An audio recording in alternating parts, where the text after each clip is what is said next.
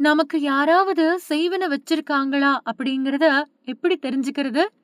பில்லி சூனியத்தால பாதிக்கப்படுறவங்க பொதுவா உடல், மனம், பொருளாதார ரீதியான பாதிப்புகள், இழப்புகள் இந்த மாதிரியான விஷயங்கள சந்திக்கிறது உண்டு. இந்த மாதிரியான பழக்கங்கள் எல்லா மதத்திலயும் இருக்குது. இத மூட நம்பிக்கை அப்படின்னு ஒதுக்குனாலும், இதால பாதிக்கப்பட்டவங்கள இன்னைக்கும் நாம பார்க்கிறோம். அப்படி பில்லி சூனியத்தால நாம பாதிக்கப்பட்டிருக்கோமா, இல்லையா அப்படிங்கறத எப்படி தெரிஞ்சுக்கிறது அப்படின்னு இப்ப பார்க்கலாம்.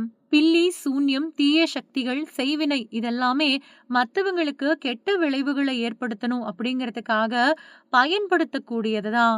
அமானுஷ்ய சக்திகள், மாந்திரீகம் மாதிரியான விஷயங்கள பயன்படுத்தி செய்யப்படுறது. பில்லி சூன்யத்தால பாதிக்கப்பட்டவங்களுக்கு அடுத்தடுத்து பல கெட்ட விஷயங்கள் நடக்கும் அப்படிங்கிறத கேள்விப்பட்டிருப்போம். ஆனா எந்த மாதிரியான பாதிப்புகள் ஏற்பட்டா பில்லி சூனிய கோளாறுகள் இருக்கிறதா அர்த்தம் அப்படிங்கிறது பலருக்கும் தெரியாது. இப்படிப்பட்ட பில்லி சூனியத்தால நாமும் பாதிக்கப்பட்டிருக்கோம் அப்படிங்கறத சில குறிப்பிட்ட அறிகுறிகள் மூலமா கண்டுபிடிக்க முடியும். நீங்க பில்லி, சூன்யம், ஏவல், செய்வினை மாதிரியான தீய சக்திகளால பாதிக்கப்பட்டிருக்கீங்க அப்படின்னா, முதல்ல உங்களுக்கு வார்த்தைகளால சொல்லி விளக்க முடியாத அளவுக்கு உடல் அப்புறம் மனநல பிரச்சனைகள் ஏற்படும். எந்த வேலையும் செய்யாட்டியும் கூட ரொம்ப நாட்களா உடல் சோர்வு, தூக்கமின்மை, திடீர்னு உடல் எடை குறையறது, இல்லனா அதிகரிக்கிறது, அடிக்கடி கெட்ட கனவுகளால பாதிக்கப்படுறது, காரணமே இல்லாம மனசுக்குள்ள ஒரு விதமான பதற்றம், மனசுக்குள்ள எப்பவுமே ஏதோ ஒரு பய உணர்வு, ஏதோ கெட்டது நடக்க போற மாதிரி எண்ணம், சித்த பிரம்ம பிடிச்சது மாதிரி உணர்வு ஏற்படும். நீங்க அடுத்தடுத்து துரதிர்ஷ்டகரமான சூழ்நிலைகள வரிசையா சந்திக்கிறீங்க அப்படின்னா, நீங்க பில்லி, சூனியம் மாதிரியான தீய சக்திகளால பாதிக்கப்பட்டிருக்கீங்க அப்படின்னு தான் அர்த்தம். எடுக்கக்கூடிய காரியங்கள் இல்லனா முயற்சிகள் எல்லாத்துலயும் தோல்வி, கடுமையான உழைப்பு அப்புறம் முயற்சிகள் எல்லாமே இருந்தும் கூட அது வீணாகிறது, எதுவுமே பிரயோஜனம் இல்லாம போகிறது, இதுவும் ஏற்படும். தற்கொலை எண்ணங்கள், தொடர்ச்சியான கவலைகள், குடும்பம் அப்புறம் வீட்ல இருந்து பிரிஞ்சிருக்க வேண்டிய சூழல், விரக்தியான மனநிலை, உங்கள சுத்தி இருக்கக்கூடிய எல்லாரும் உங்கள விட்டு விலகி போறதா உணர்வீங்க. உங்கள சுத்தி யாருமே இல்லாம நீங்க தனியா இருக்கிறது மாதிரியும், மத்தவங்களால தனிமைப்படுத்தப்பட்டதாவும் உணர்வீங்க. ஏன் எதுக்காக வாழ்றோம் அப்படிங்கிற வெறுப்புணர்வு கூட ஏற்பட்டுடும்.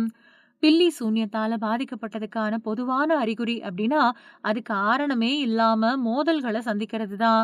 குடும்ப உறுப்பினர்கள் கூட காரணமே இல்லாம சண்டை போடுறது, தவறான புரிதல்கள், ஏதாவது பிரச்சனைகள், வீட்டுல நிம்மதியே இல்லாத சூழல், சில சமயம் அடிதடியில கூட அது போய் முடியக்கூடிய நிலை ஏற்படும். அந்த மாதிரி எதிரிகள் உள்ளிட்ட யார பார்த்தாலும் பய உணர்வு ஏற்படும். குடும்பத்துல இருக்கிறவங்க கிட்ட கூட பேச பிடிக்காம எப்பவுமே எரிச்சல் உணர்வு ஏற்படுறது, இந்த மாதிரியான விஷயங்கள் பில்லி சூன்யத்தால நீங்க பாதிக்கப்பட்டிருக்கிறதுக்கான அடையாளங்கள் தான். நீங்க இறுக்கமா ஒரு சூழல்ல கண்ணுக்கு தெரியாத எதிர்மறை சக்திகளால பாதிக்கப்பட்டிருக்கிறதா உணர்ந்தா, உங்களோட உள்ளுணர்வு சில விஷயங்கள உங்களுக்கு உணர்த்தும். உங்களோட 6வது அறிவான உள்ளுணர்வு உங்களுக்கு வழிகாட்டும் முக்கிய சக்தியா செயல்படும். அப்படி உணர்வு ஏற்பட்டா, உணர்வுகள் மேல கவனம் செலுத்தி அத நம்புங்க.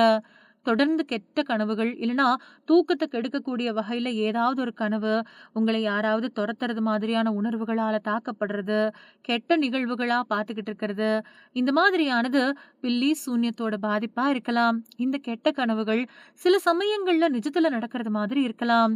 ஆனா நீங்க கண் முழிச்சதும் காணாம போனாலும், அது ஏற்படுத்தக்கூடிய பய உணர்வு மட்டும் உங்களுக்குள்ள இருந்துகிட்டே இருக்கிறதா நீங்க உணர்வீங்க.